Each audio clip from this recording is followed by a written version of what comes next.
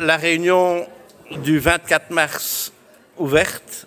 Avant de passer la parole au chef de groupe, je tiens à excuser Marc Meinery et Monsieur le gouverneur qui ne pourra nous rejoindre. Au niveau de chaque groupe, Monsieur Rassa, Madame Chêne, Sylvain Debury. Oui, Madame François-Rotin, Madame Beauregard absente et Monsieur Meinery malade. Merci. Merci. Monsieur Capin. Monsieur Ossoman exaucé. Et Monsieur de Serre, qui est toujours retenu dans le conseil d'administration. Madame Defranc. Monsieur Lejeune. Merci. Vous trouverez sur vos bancs l'ordre du jour actualisé de la séance de ce jour. Je vous rappelle que nos travaux de ce jour portent sur les réponses du Collège provincial aux interventions sur les rapports d'activité 2021. Le point 1 de l'ordre du jour actualisé, lecture du résumé du procès-verbal de la réunion du 21 mars 2022. Je donne la parole à Monsieur le Premier secrétaire pour la lecture de ce résumé. Merci Monsieur le Président. La réunion est présidée par Monsieur Jean-Claude Jadot, assisté de Madame Anne Tans de Bruges et de moi-même. La séance est ouverte à 16h35. 54 membres y assistent. Monsieur le Directeur Général Provincial assiste à la séance. L'Assemblée entend une communication de Monsieur le Président. Monsieur le Premier secrétaire donne lecture du résumé du procès-verbal de la réunion du 24 février 2022. L'Assemblée entend les réponses du Collège provincial aux questions d'actualité, reprises sous les documents 21-22 à 16 à 21-22 à 19. L'Assemblée adopte à l'unanimité les documents 21-22 176 à 178, 21-22 180 à 187, 21-22 189 à 193 et le document 21-22 198. L'Assemblée adopte les documents 21-22 179 et 188. Le Conseil provincial prend connaissance des rapports d'activité 2021 concernant les fonds européens, les relations internationales et institutionnelles, la communication, la santé, les sports, la transition numérique, le tourisme. Le procès-verbal de la réunion du 24 février 2022 est approuvé. La séance publique est levée à 18h45. En séance à huis clos, l'Assemblée a procédé à la nomination par voie de promotion de M. Pierre Darmon, à dater du 1er avril 2022, en qualité de directeur en chef, catégorie de personnel technique au cadre organique provincial, besoin fonctionnel du département des bâtiments provinciaux, de la Direction générale des infrastructures et du développement durable. À la nomination par voie de promotion de M. Philippe Moreau, à dater du 1er avril 2022, en qualité d'inspecteur général des infrastructures et de l'environnement, catégorie de personnel administratif au cadre organique provincial, besoin fonctionnel de l'inspection générale de la Direction générale des infrastructures et du développement durable. À la nomination par voie de promotion de Madame Sophie Matagne, à dater du 1er avril 2022, en qualité de directrice, catégorie du personnel administratif au cadre organique provincial, besoin fonctionnel du service de gestion administrative du département de la culture. À la nomination par voie de promotion de Monsieur Marcel Renquin, à l'emploi d'inspecteur vacant au cadre unique du personnel des établissements et services provinciaux. J'en ai terminé, Monsieur le Président. Merci, Monsieur le Premier secrétaire. L'approbation du procès-verbal interviendra en fin de réunion. Le point 2 de l'ordre du jour actualisé, le document RA-01, rapport d'activité 2021 concernant la culture. J'invite Monsieur le député provincial président Luc Gillard à la tribune pour répondre aux interventions qui relèvent de ses compétences.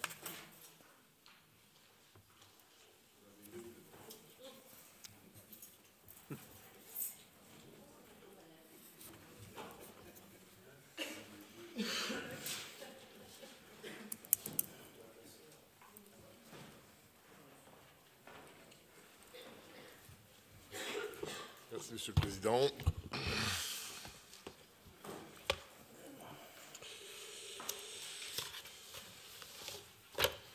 Madame la conseillère provinciale, suite à votre question, permettez-moi de dresser un état des lieux des activités des secteurs théâtre et musique afin de mettre en lumière la dynamique positive dans laquelle nous travaillons.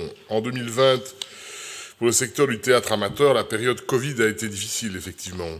Sur les 6 spectacles programmés dans le cadre de l'opération Odyssée Théâtre, seuls 3 projets ont pu avoir lieu le premier semestre avant la première vague de la pandémie, à savoir Backstage par le collectif Love Me Tender via le Théâtre Le Moderne, Le Dieu du Carnage par Taki la compagnie, et 1984, librement inspiré du roman de George Orwell par le théâtre Proscenium. D'autre part, le Cabaret du bout du monde, opérette de salle gamin par le Grand Gousier, a eu lieu sur la période du second semestre 2020, octobre-novembre, au Théâtre universitaire royal de Liège. Une petite cantate par le théâtre Proscenium a finalement trouvé sa place à la courte échelle en décembre 2021. Un seul spectacle n'avait pas pu être diffusé, à savoir Richard III, If You Don't Know Me, I Know You, par la compagnie Arcvi, en coproduction avec le Centre culturel de Sorin. Le second semestre 2020 n'a pu être lancé car il était impossible d'envisager le Pass Odyssée, théâtre en pleine pandémie, vous en doutez bien. 2021, toujours marqué par la pandémie, a aussi été impacté par les inondations ainsi que par les nouvelles contraintes que vous connaissez pour les provinces. L'opération Odyssée Théâtre, sous la forme qu'on lui connaissait, s'est donc arrêtée définitivement en cette année. Cependant, je tiens à le rappeler, cela ne signifie en rien l'arrêt de l'aide provinciale apportée au secteur du théâtre amateur et ses compagnies. Les compagnies ont bien été soutenues, au cas par cas, via le processus subvention du secteur culture.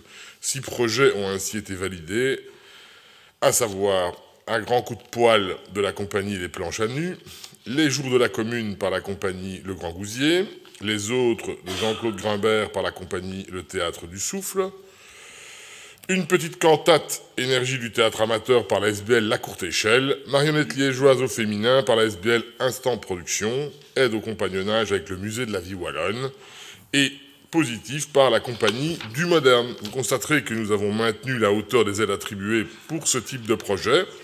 Cela leur a permis, si ce n'est de se concrétiser dans cette période difficile, de se préparer et de s'entraîner. Concernant 2022 maintenant, si le dispositif Odyssée a montré son utilité pour une partie des compagnies de théâtre amateurs ces dernières années, il a également démontré ses limites, ne s'adressant qu'à un profil spécifique et restreint du secteur du théâtre amateur. Il proposait un dispositif d'aide qui ne correspond davantage à la diversité des besoins et de la nature des projets du secteur.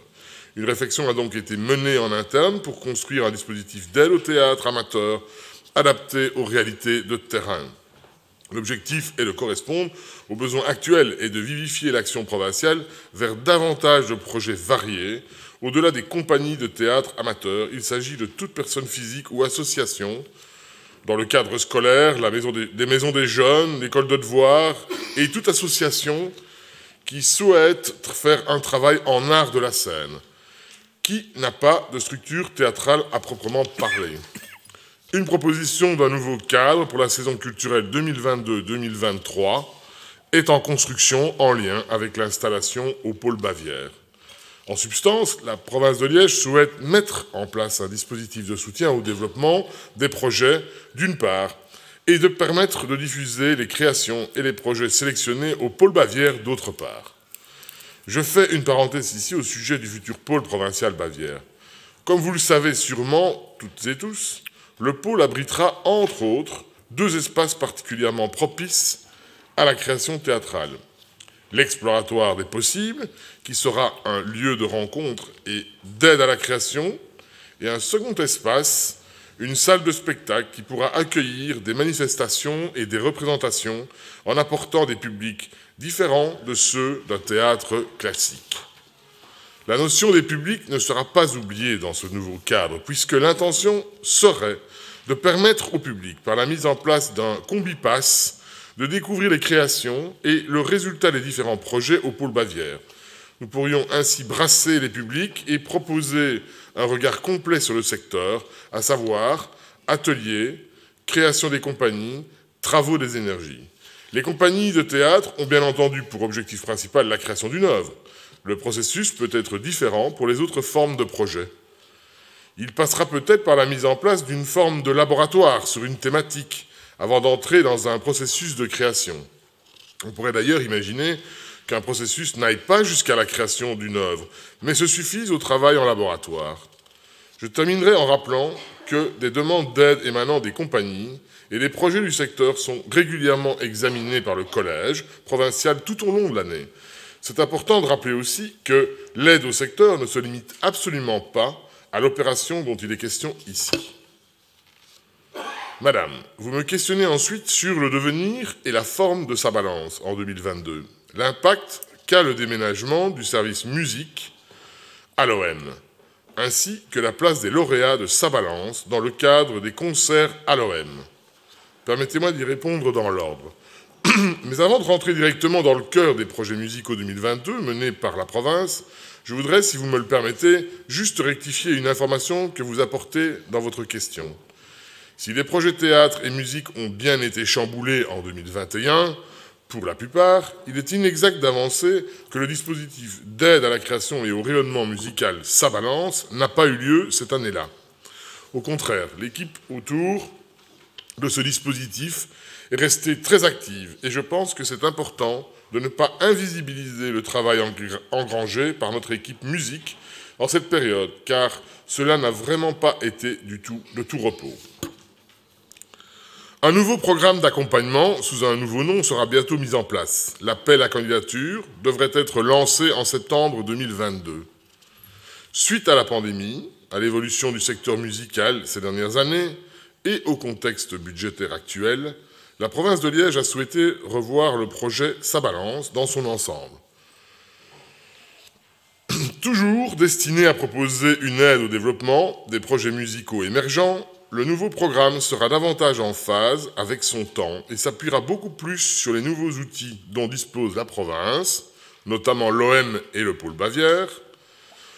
Le programme sera principalement tourné vers la production dans le nouveau studio de la province, 10 jours de studio par lauréat au lieu de 2 actuellement, permettant de davantage développer les projets dans le dispositif et de les accompagner plus loin, vers la voie de la professionnalisation. Tous les ateliers, formations et coaching seront également axés vers cette finalité, afin que les musiciens puissent appréhender au mieux toutes les compétences nécessaires à la sortie d'une œuvre musicale et au développement de projets artistiques. L'objectif sera de transmettre une série de connaissances annexes à la composition artistique, mais indispensables actuellement dans une industrie de plus en plus concurrentielle. Des notions de communication, de pré-production, des constitutions d'un réseau, de résidence, des droits, la connaissance de la filière des musiques, les identités, et j'en passe. Notons également que pour une question de rationalisation, les différents secteurs existants seront ramenés à 2, musique actuelle et jazz world. On observe en effet des frontières de plus en plus poreuses entre les styles musicaux, qui se nourrissent les uns des autres. Divers nouveaux projets seront également mis sur pied à l'horizon 2023, dans le but d'élargir le soutien à l'ensemble du spectre de nos publics et des styles musicaux. Le déménagement prochain de l'équipe du secteur musique n'a pas pu permettre de lancer certains projets qui auraient pu se concrétiser durant la période de mai-juin. Mais cela n'aura pas de réelles conséquences puisque la plupart des projets pourront être organisés cette année. Par exemple, au niveau du studio, de nombreuses sessions d'enregistrement ont dû être postposées suite aux différentes périodes de confinement et mesures sanitaires diverses ou suite à la fermeture du studio en janvier pour procéder au démantèlement des parois acoustiques du studio des Chirous au profit du nouveau studio. Vous constatez qu'on ne lésine sur aucune piste d'économie ni de recyclage. Travaillant toujours en bonne entente avec les professionnels du secteur, les projets ne pouvant reporter leur enregistrement ont été réorientés vers d'autres lieux d'enregistrement en province de Liège. Les premiers mois d'ouverture du nouveau studio seront destinés à honorer les différents engagements pris envers les lauréats du dernier appel à candidature, Sa Balance et d'autres projets demandeurs d'enregistrer. Comme depuis le début, Sa Balance a toujours été destinée à soutenir et accompagner des groupes dits émergents, c'est-à-dire semi-professionnels ou en voie de professionnalisation. Dès lors, au vu de la capacité de la salle, 1500 places, et des réalités économiques actuelles d'un opérateur culturel privé, il semble difficile que les groupes sortant du programme d'accompagnement soient à un niveau de développement suffisant pour leur permettre de remplir une telle jauge en tant que tête d'affiche. Cependant, nos relations avec le gestionnaire de la salle devraient permettre la programmation de certains de nos lauréats actuels ou plus anciens en tant que première partie. Mais soyons conscients qu'une telle salle représentera finalement une date apothéose en région wallonne pour les plus grands groupes de la région, que ce Graal ne sera pas directement accessible à de nombreux groupes tant que ceux-ci n'auront pas fait leurs preuves dans des salles de moindre envergure, mais tout autant reconnues par le public. Je rappelle, à titre d'exemple, les programmations organisées au Réflector et au Cultura. Ce ne sont que des exemples. Je rappelle que le travail du secteur musique ne se limite absolument pas au dispositif que représente sa balance. Il organise régulièrement concerts et manifestations tout au long de l'année, participe également à certaines parties de programmation des festivals d'été, avec toujours la mise en avant des groupes et musiciens passés par sa balance pour leur mettre le pied à l'étrier. En dernier point, je n'en fais pas une obsession, mais puisque cela est dit dans la question, je me dois également de réagir et rectifier l'information au sujet de la position de la province quant à l'utilité et l'usage de travailleurs occasionnels dans le cadre des projets qu'elle développe. L'encouragement qui est fait auprès des services est de saisir la difficulté qui est la nôtre aujourd'hui pour que la force et les qualités que nous avons parmi nos agents servent davantage les secteurs dans lesquels ils travaillent. Cependant, afin de continuer à soutenir le secteur lorsque c'est pertinent et indispensable, sont engagés des conférenciers, des spécialistes en différentes disciplines auxquels aucun agent provincial ne peut se substituer et prétend détenir le savoir-faire ou la connaissance. Ainsi, sa balance a eu recours à 13 travailleurs occasionnels en 2021 dans le cadre de workshops, ateliers et autres aides que le dispositif apporte au secteur musical. Je souhaite conclure en saluant le travail mené par les équipes du département culture qui s'adaptent aux circonstances que nous connaissons aujourd'hui et aux réalités de terrain. Je vous remercie. Merci, monsieur le député provincial président. Quelqu'un souhaite-t-il intervenir? Plus d'intervention, je clôt donc le point. Le Conseil prend connaissance du rapport d'activité 2021 concernant la culture. Le point 3 de l'ordre du jour, le document RA03, rapport d'activité 2021 concernant les relations avec les territoires, les villes et les communes. J'invite tout d'abord monsieur le député provincial président Luc Gillard à la tribune pour répondre aux interventions qui relèvent de ses compétences.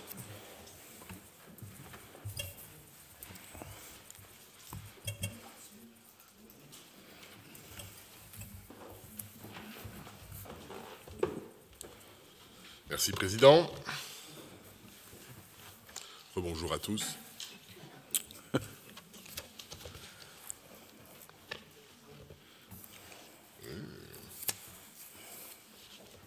C'est pas dans le bon ordre pour moi, mais c'est pas grave, je vais la trouver. Donc, Président, c'est bien la réponse à M. Rahassa concernant l'avenir démocratique pour les institutions supracommunales, ainsi que la question de Mme Monville concernant l'ASBL Liège Europe Métropole. Et les zones de secours et la dissolution de Liège Métropole, oui, c'est la même chose, oui. Voilà, ok, parfait. Madame la conseillère provinciale, monsieur le conseiller provincial, la décision prise à l'unanimité par le conseil d'administration de Liège Europe Métropole le 3 décembre dernier est une conséquence, vous le savez, du coût que la province supporte et devra encore davantage supporter à l'avenir dans le cadre de la reprise partielle des dotations communales aux 6 zones de secours du territoire.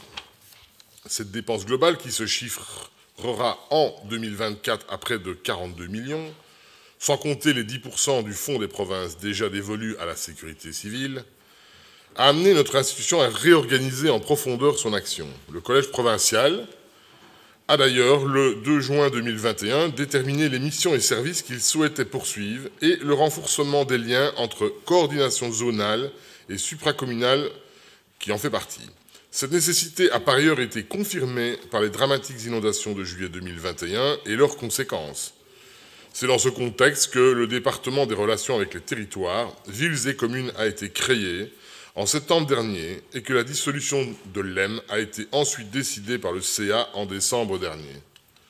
Bien entendu, il conviendra de convoquer une assemblée générale extraordinaire afin de dissoudre la SBL et de désigner un liquidateur.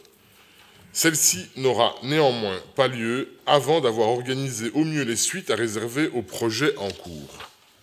En ce qui concerne les membres du personnel, 2 personnes sont toujours sous contrat avec la SBL LEM. Ceux-ci prendront fin à l'issue de ce semestre.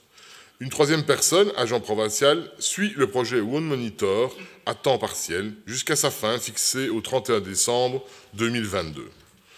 Le suivi administratif est et continuera d'être assuré par le département des relations avec les territoires, villes et communes. C'est ce département qui veillera, par ailleurs, au bon déroulement des actes nécessaires à la dissolution. Concernant les projets supracommunaux, comme je l'ai déjà mentionné, le financement des projets ayant fait l'objet d'une promesse de principe sera honoré par la province en fonction des moyens budgétaires disponibles annuellement pour ce poste. L'instruction des dossiers en cours se poursuivra donc au sein du département. À l'avenir, il n'est pas impossible que des moyens soient à nouveau dégagés pour financer de nouveaux projets. Cela dépendra de notre trajectoire budgétaire des années à venir. Un problème de son. Quant aux conférences territoriales, je puis vous assurer que la fin de l'EM n'aura aucun impact quant à leur fonctionnement. La question de leur pertinence n'a de surcroît jamais été abordée. La province, via le département des relations avec les territoires, villes et communes, j'insiste, poursuivra son soutien aux 4 conférences d'arrondissement dans un souci constant de partenariat fructueux en faveur du maillage territorial. Enfin, pour répondre à votre dernière question, monsieur le conseiller provincial, nous n'envisageons pas à l'heure actuelle l'organisation de consultations publiques relatives à des investissements supracommunaux. D'aucuns relèveraient d'emblée la flagrante lourdeur administrative qu'elle présuppose, la mainmise de divers lobbies sur le processus, ou encore l'esprit de clocher aveugle pour balayer votre suggestion d'un revers de la main. Tel n'est pas mon sentiment. La voix des citoyens compte et il convient de réfléchir sereinement à la meilleure façon de les intégrer dans les choix publics relatifs à leur territoire, au-delà de celui constituant à élire dans leur commune ou dans cette enceinte, celle ou celui qui le représentera au mieux et qui constitue, faut-il le rappeler, le socle de notre démocratie représentative. En bon gestionnaire, nous ne devons pas brûler les étapes. Il convient tout d'abord de finir de digérer le coût de la réforme wallonne de la sécurité civile, dont nous n'avons la perspective que jusqu'en 2024, et ensuite, au-delà de l'ensemble des services que nous rendons aux pouvoirs locaux, de déterminer comment nous pouvons les soutenir davantage. Sachez que je suis particulièrement attentif à ce que la province de Liège continue à jouer un rôle supracommunal à son échelon, au-delà d'un simple tiroir-caisse, parce que notre institution a une vraie expertise pour tisser le territoire dans les différentes matières dont elle s'occupe. Je vous remercie. Merci, monsieur le député provincial président. Quelqu'un souhaite-t-il intervenir sur ces sujets? Non. J'invite à présent madame Muriel Brodeur-Huilin, députée provinciale à la tribune, pour répondre aux interventions qui relèvent de ses compétences.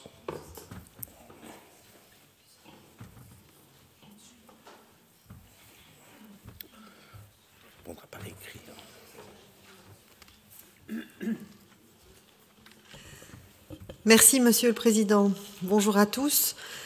Madame la conseillère provinciale Marie Monville, vous me demandez comment la province de Liège anticipe les problèmes de cybersécurité.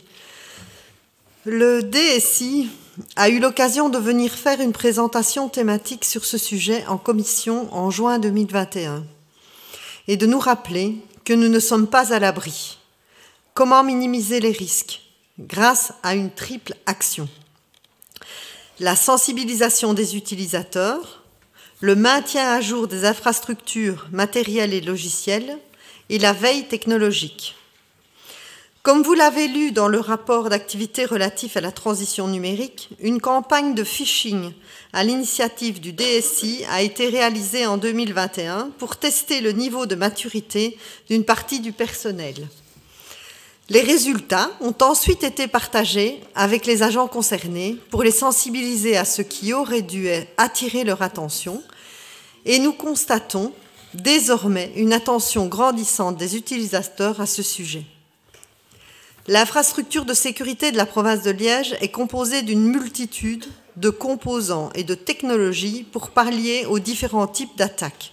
Attaques par déni de service, phishing, malware, Une veille technologique est assurée en permanence pour tenir à jour, consolider et faire évoluer du mieux possible cette infrastructure afin de faire face aux nouvelles attaques qui apparaissent chaque jour. Pour rappel, le risque zéro n'existe pas. Dans le cadre de cette veille technologique, le DSI tient évidemment compte de l'actualité.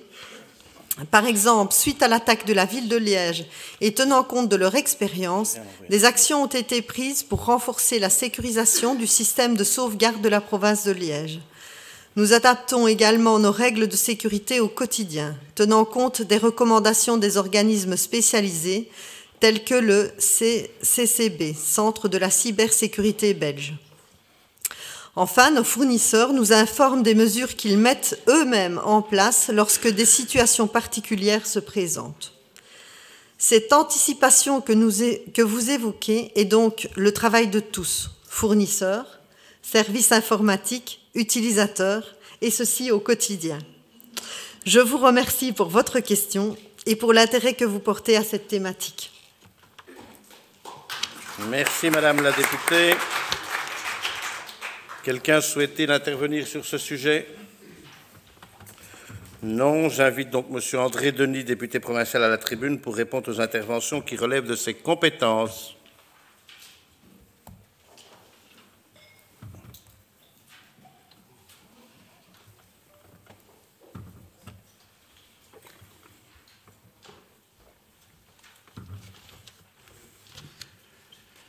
Merci, Monsieur le Président. Donc c'est toujours pour une question de Madame Monville, donc qui fait vraiment preuve de transversalité dans cette histoire. Hein, donc tout le monde passe à la tribune l'un après l'autre. Madame la conseillère provinciale, le conseil d'administration de Liège Europe Métropole a approuvé le 15 décembre 2020 le cahier spécial des charges relatif à la réalisation d'un master plan des rives de Meuse en province de Liège. Ce plan reprend divers objectifs, comme la mise en avant des atouts du territoire et d'identité de la vallée, le développement urbain autour du fleuve et de ses espaces ouverts, la transformation des berges pour renforcer leur attractivité, ou encore les réponses possibles aux grands enjeux environnementaux. Les objectifs précités constituent les lignes directrices du projet et ont été établis avant les inondations de juillet dernier. Le marché public a d'ailleurs été attribué sur cette base au bureau d'études Michel Devige, paysagiste.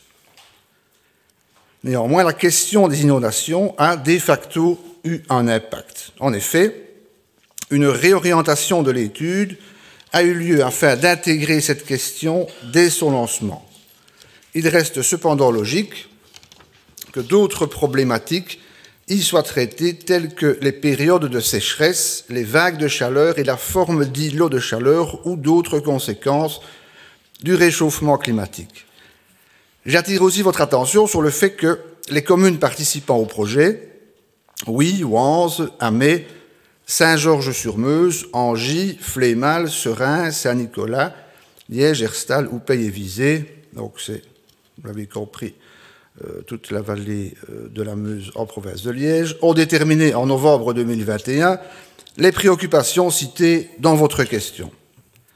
Pour vous fournir une information la plus complète possible, permettez-moi de vous faire part de plusieurs éléments intéressants.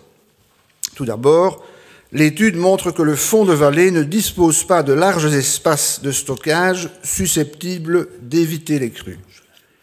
Ensuite, concernant la Meuse, les inondations ne peuvent être analysées par la courte section que nous traitons, mais bien à l'échelle de l'ensemble du bassin hydrographique. Cela doit être réalisé au niveau supraprovincial, ce qui est le cas pour les études en cours dans la vallée de la Vesdre, mais dans ce cas-là, en supra-local. Enfin, l'option privilégiée pour limiter les risques d'inondation, mais également pour atténuer les conséquences des vagues de chaleur est de désimperméabiliser et de végétaliser au maximum les zones densément peuplées. Je me permets d'ajouter que la phase 2 du projet à savoir l'élaboration de la charte paysagère, devrait se terminer au mois d'avril, donc tout prochainement. La phase 3 qui le clôture et qui concerne l'identification des projets à soumettre aux élus locaux devrait prendre fin en octobre de cette année. Merci pour votre bonne attention. Merci, monsieur le député. Enfin, j'invite monsieur Claude Klinkenberg, député provincial, à la tribune pour répondre aux interventions qui relèvent de ses compétences.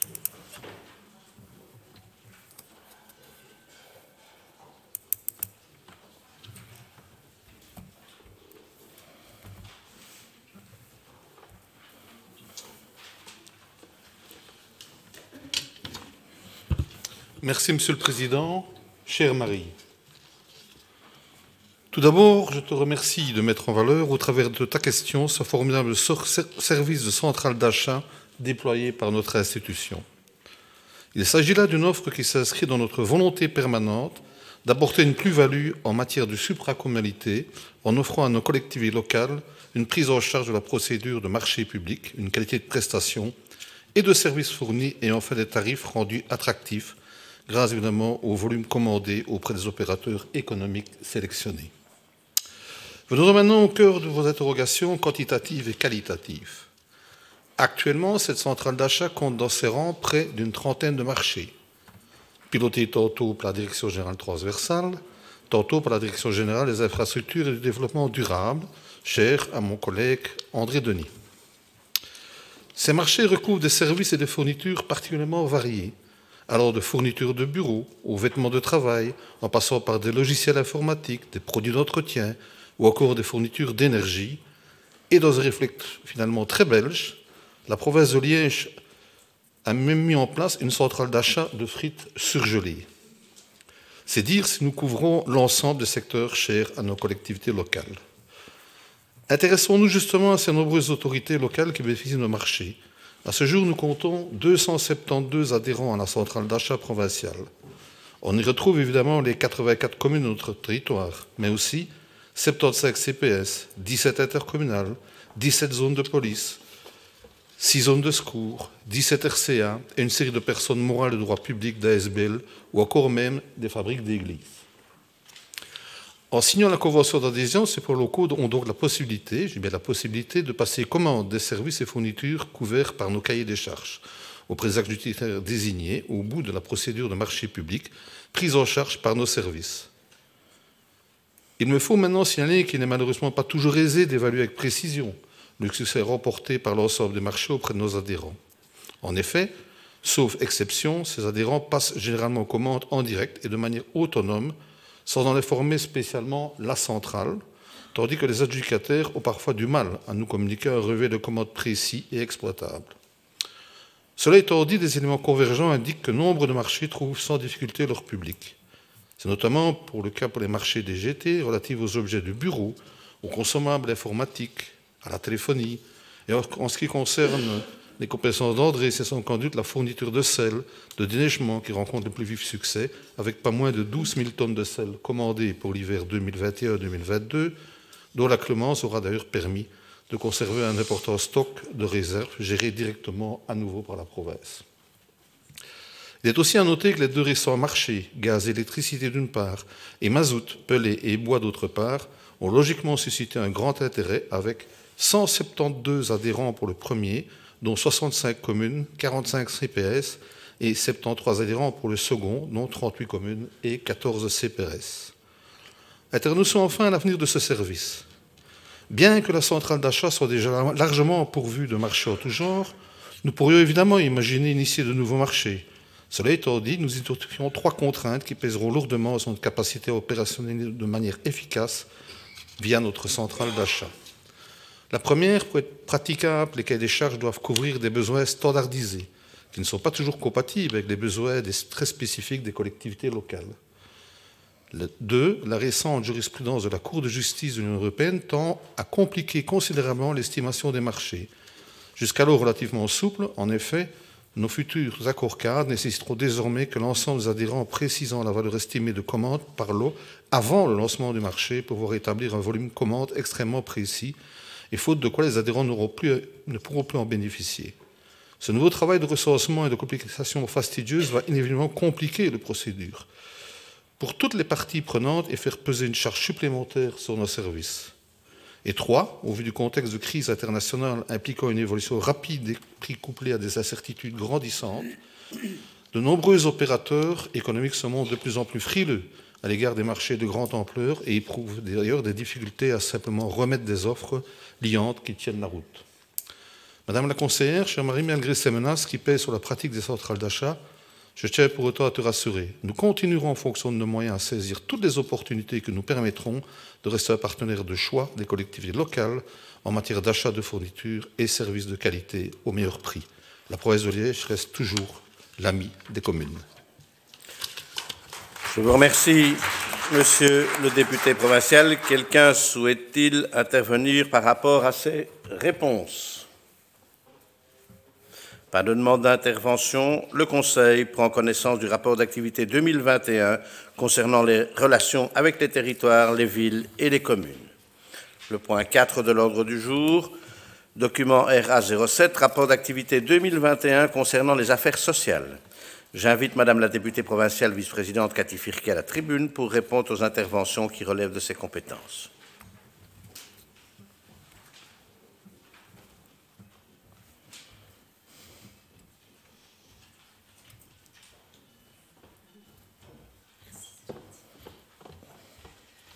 Merci, Monsieur le Président. Madame Gaillard, soyez assurée du fait que mon intérêt se porte bien sur l'ensemble du territoire provincial et de ses 84 communes, pas plus sur l'une ou l'autre d'entre elles.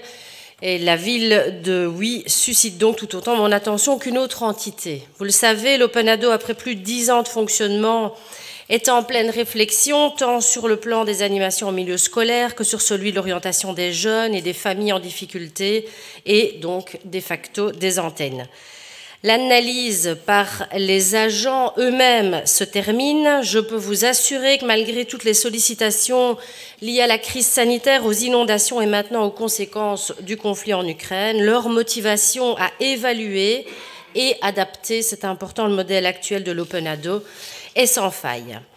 Comme je m'y suis engagée, une présentation vous sera faite en commission, mais parce que vite et bien ne vont pas toujours de pair, j'ai souhaité leur laisser un temps de travail raisonnable pour repenser l'émission, avec toujours comme seul objectif un service de qualité complémentaire et non concurrent à ce qui existe déjà. Voilà pour la situation d'aujourd'hui. J'en arrive à votre question, ou plutôt votre intervention de ce lundi, même si j'ai beau chercher votre question, je ne la trouve pas, il n'y en avait pas. Cependant, je pense avoir compris le sens de votre intervention en faveur d'une ville très chère à votre cœur, comme au nôtre d'ailleurs, rassurez-vous encore. Madame Gaillard, vous indiquez que le besoin est criant dans l'arrondissement de Huy, côté Mozan, une antenne Openado y est donc nécessaire. Le besoin est criant partout, vous vous en doutez. La crise sanitaire a touché l'ensemble de la population, les inondations ont dévasté plusieurs communes, la crise économique prend de l'ampleur et les familles, qu'elles viennent de Liège, de Verviers ou de Huy, sont en souffrance. En ce qui concerne l'ouverture précisément d'une antenne Openado à Huy, la question n'est pas neuve. J'ai personnellement rencontré tout le secteur associatif hutois en 2013 et 2014, 2 ans, pas parce que je prenais le temps, mais parce qu'il était important. En 2015, j'ai réuni l'ensemble des services concernés ainsi que les autorités locales et constaté à ce moment qu'une antenne Openado n'était, selon eux, pas nécessaire. Quelques années plus tard, dans la foulée de votre intervention au Conseil de mars 19, des contacts ont été pris avec les autorités locales cette fois et le même constat a été dressé. Vous le savez, l'ouverture d'une antenne Openado ne résulte pas d'une volonté unilatérale de notre institution. Il ne suffit pas de dire on va créer une antenne Openado à tel endroit, ça ne fonctionnerait pas évidemment. Une demande doit tout d'abord émerger du secteur associatif et les autorités locales. Elle est ensuite, cette demande, étudiée sous l'angle du besoin et de la complémentarité. C'est seulement après que l'implantation est envisagée et que les services sont proposés, puisque, en fonction des réalités locales, chaque antenne est différente. Et puis, pour être complète, sachez que début d'année, J'ai été informée de la volonté du CPS de Ouanze, qui, je le cite, était également demandeur d'ouvrir une antenne pour les jeunes Aoui. Je viens d'être informée que le CPS n'est pas ou plus demandeur, raison pour laquelle une première réunion n'a même pas été fixée. On en revient à ce dont je parlais, c'est-à-dire aux besoins nécessaires que le projet soit porté par le secteur et soutenu par les autorités locales. Avant de conclure, je souhaite apporter une précision. Vous savez qu'une antenne OpenAdo est accessible à Saint-Georges et qu'une autre l'est à Oufet. Elles sont respectivement situé pas trop loin quand même de la Grand Place de Huy. Enfin, et j'en termine en revenant sur votre dernière affirmation selon laquelle le service prévention de la ville de Huy aurait contacté le service OpenAdo pour obtenir du soutien pour des enfants et que malheureusement, par manque de moyens, le service n'aurait pu les aider. J'ai interrogé le service lundi soir, aucun collaborateur, mais pas qui était présent lundi soir, parce que de fait, il n'y avait plus personne. Mais dans la foulée de mon interrogation, aucun collaborateur qui est aujourd'hui en place n'a connaissance d'une quelconque demande formulée par le service que vous mentionnez. Sachez cependant que si cette demande devait arriver demain, elle serait prise en considération et analysée au même titre que les autres. Je vous remercie. Merci, Madame la députée provinciale. Quelqu'un souhaite-t-il intervenir? Non. Le Conseil prend connaissance du rapport d'activité 2021 concernant les affaires sociales. Le point 5 de l'ordre du jour, le document RA-09, rapport d'activité 2021 concernant l'enseignement et la formation. J'invite Madame la députée provinciale Muriel Brodure-Villain à la tribune pour répondre aux interventions qui relèvent de ses compétences.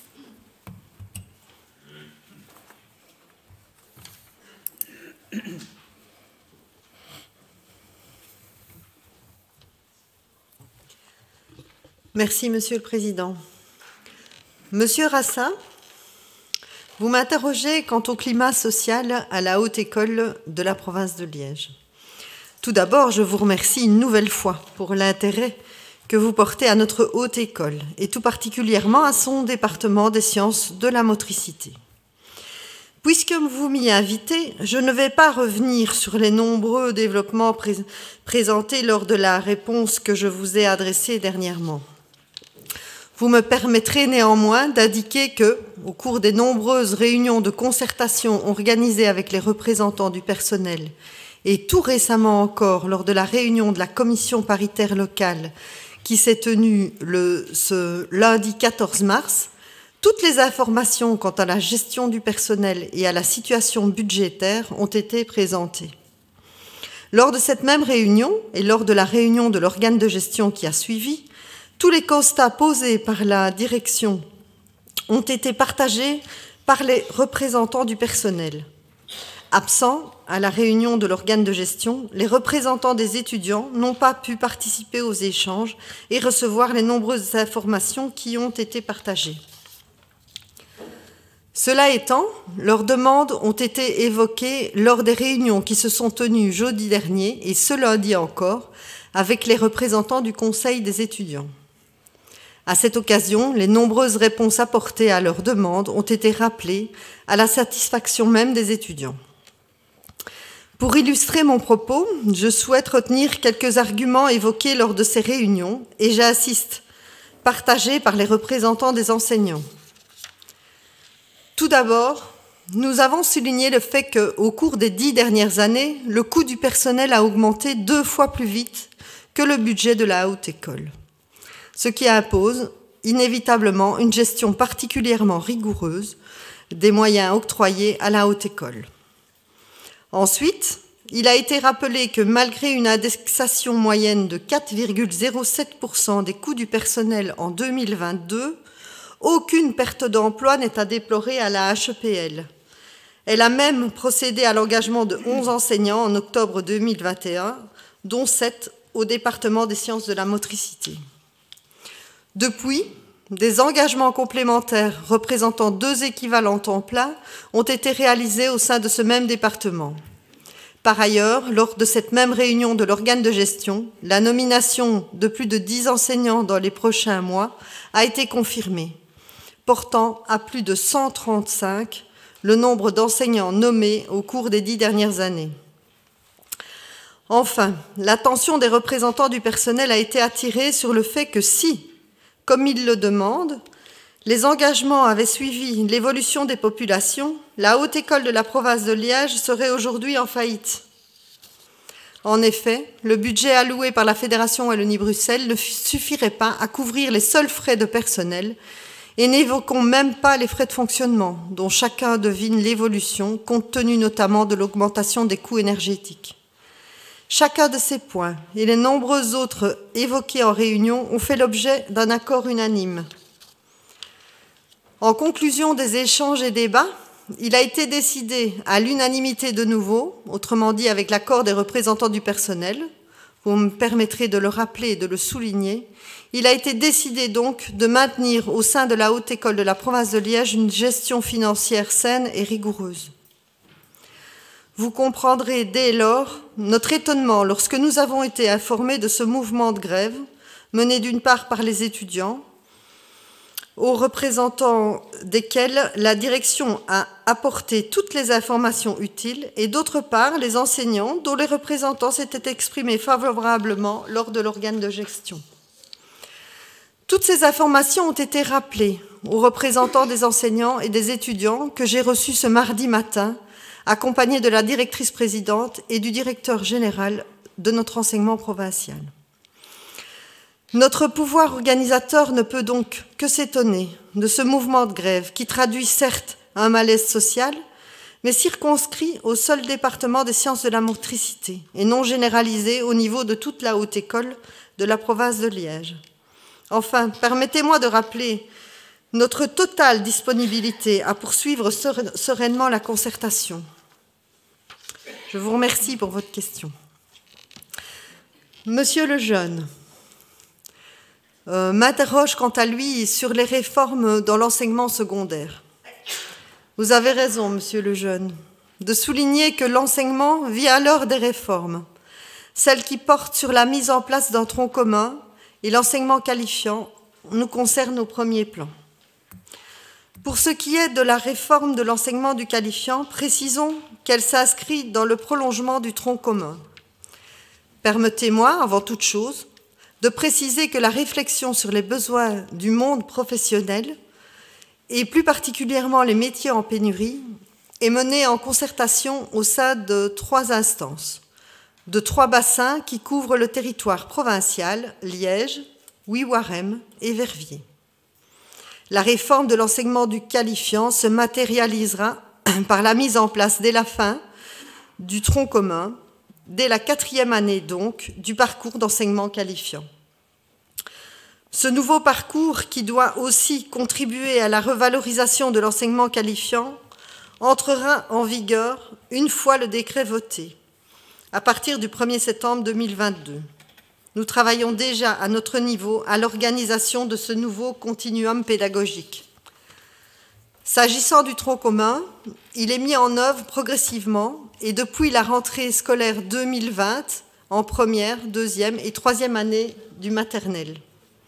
Pour ce qui concerne l'enseignement provincial, le tronc commun entrera en vigueur pour la première année de l'enseignement secondaire dès l'année scolaire 2026-2027, 2027-2028 pour la deuxième et 2028-2029 pour la troisième. Avec nos partenaires du réseau CP11, nous avons veillé à ce que ce tronc commun, qui vise à garantir un parcours identique à l'ensemble des élèves, soit polytechnique et pluridisciplinaire, c'est-à-dire qu'il soit fondé sur des savoirs et compétences à la fois scientifiques et technologiques. Ces savoirs et compétences sont intimement liés aux métiers techniques auxquels nos écoles forment. Il s'agit aussi, faut-il le dire, de revaloriser ces métiers, tant on sait qu'ils correspondent aux besoins des milieux professionnels. Nous nous y employons de longue date, comme vous le savez. Nous aurons d'ailleurs l'occasion d'évoquer lors d'une prochaine réunion de la 3e commission les actions que nous menons dans le cadre de l'approche orientante. En effet, l'enseignement provincial a développé une expertise solide en matière d'orientation et de sensibilisation aux métiers scientifiques et techniques. À titre d'exemple, je me permets de rappeler le Technitruck, inauguré en 2009, qui propose des animations aux élèves de 5e et 6e année primaire, en vue de promouvoir les métiers techniques et les filières d'enseignement qui y conduisent. Après avoir proposé des activités dans le domaine de la construction, de l'électronique, de l'électricité et de la robotique, les élèves découvriront prochainement une nouvelle animation centrée sur le codage. Citons également la technosphère, qui se destine aux élèves du 3e degré de l'enseignement secondaire. Cette animation ludo-éducative, centrée sur un jeu vidéo coopératif utilisant la réalité augmentée et la réalité virtuelle, poursuit un triple objectif. Il s'agit de donner aux jeunes une meilleure connaissance des métiers de demain, de susciter leur intérêt pour les formations scientifiques et technologiques de l'enseignement supérieur et de faire naître chez eux, filles et garçons, l'ambition de construire des projets professionnels porteurs de sens pour eux-mêmes et porteurs d'avenir pour la société. La technosphère a pu être développée avec le soutien du Fonds social européen. L'enjeu pour l'enseignement provincial est de pérenniser et de poursuivre le développement de ce dispositif via la nouvelle programmation FSE. Enfin, je peux déjà vous annoncer que ce 18 mai, sur le site de l'École polytechnique de Serein, seront présentées les nouvelles animations de la technosphère avec une application mobile et du Technitruck avec l'animation Cocode. Je vous remercie pour votre attention. Je vous remercie, Madame la députée provinciale. Quelqu'un souhaite-t-il intervenir? Monsieur Rassa.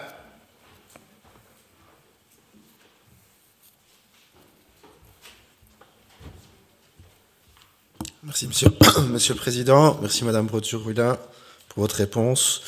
Permettez-moi, Madame la députée, de m'étonner à mon tour de votre étonnement, parce que vous êtes étonné d'apprendre l'action de grève à l'initiative des syndicats étudiants et enseignants, alors que vous m'avez dit avoir organisé de nombreuses réunions de concertation. Alors je suis étonné moi-même. Je ne sais pas comment se passent ces réunions, je n'y suis pas. Mais se réunir, se mettre d'accord et puis constater qu'il y a une grève 3 jours après, c'est quand même... il y a un problème dans la manière dont se déroulent ces réunions. J'ai aussi, si je décode bien un peu ce que vous avez dit par rapport aux nominations, j'ai comme l'impression qu'il y a un chantage entre la nomination et l'embauche de nouveaux enseignants. Voilà, mais je constate en tous les cas que le malaise est toujours là et que les réponses sur le fond alors ont été assez pauvres aujourd'hui. J'espère simplement que les étudiants et les enseignants auront satisfaction parce que leurs demandes, je le répète, restent légitimes. Et je ne pense pas que c'est des demandes irréalistes. Ils ne demandent pas, comme vous semblez le dire, la faillite de l'institution en adoptant, pour reprendre vos mots, le suivi de l'évolution des engagements à l'évolution du personnel. Je ne pense pas que c'est une demande aussi extravagante. Ils demandent un échelonnement et des embauches, un rattrapage, on va dire. Mais voilà, je constate en tous les cas que les réponses sur le fond ne sont pas là et j'espère qu'elles seront un jour là en concertation. Merci. Merci, monsieur le conseiller. Vous ne serez pas d'accord aujourd'hui, mais on aura probablement l'occasion d'en reparler plus tard. Le Conseil prend connaissance du rapport d'activité 2021 concernant l'enseignement et la formation. Le point 6 de l'ordre du jour, le rapport RA11, rapport d'activité 2021 concernant les infrastructures et le développement durable. J'invite monsieur le député provincial André Denis à la tribune pour répondre aux interventions qui relèvent de ses compétences.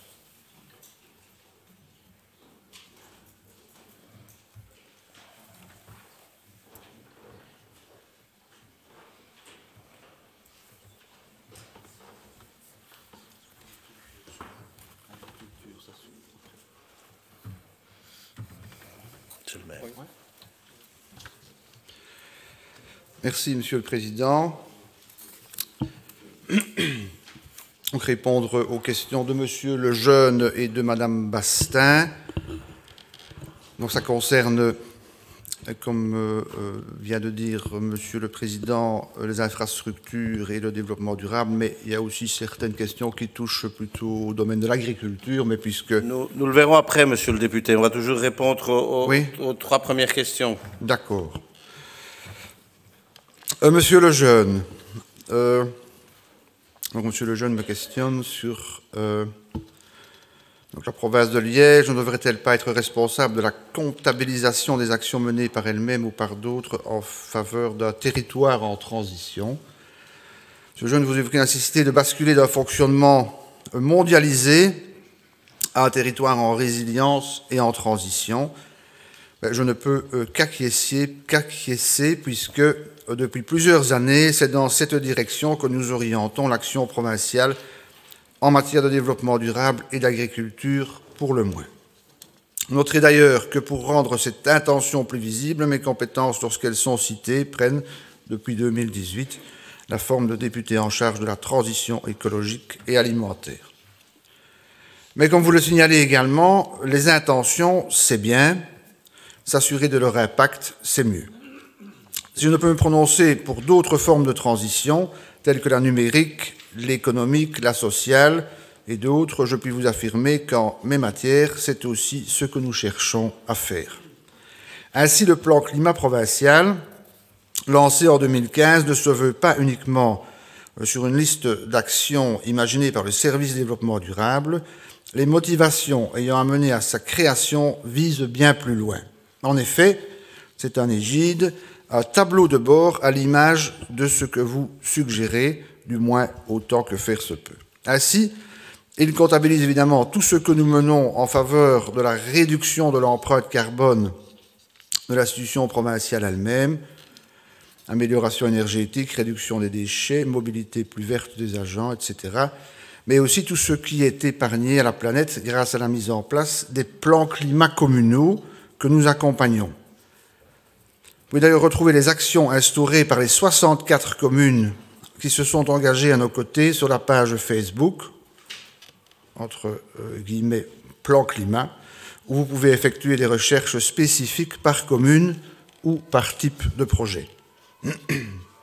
Dans la même optique, nous étudions en ce moment la possibilité de créer une plateforme qui pourrait être mise en œuvre par les coordinateurs supracommunaux de la campagne POLEC afin de créer du lien entre les divers acteurs communaux et de partager des informations relatives aux actions de ces plans.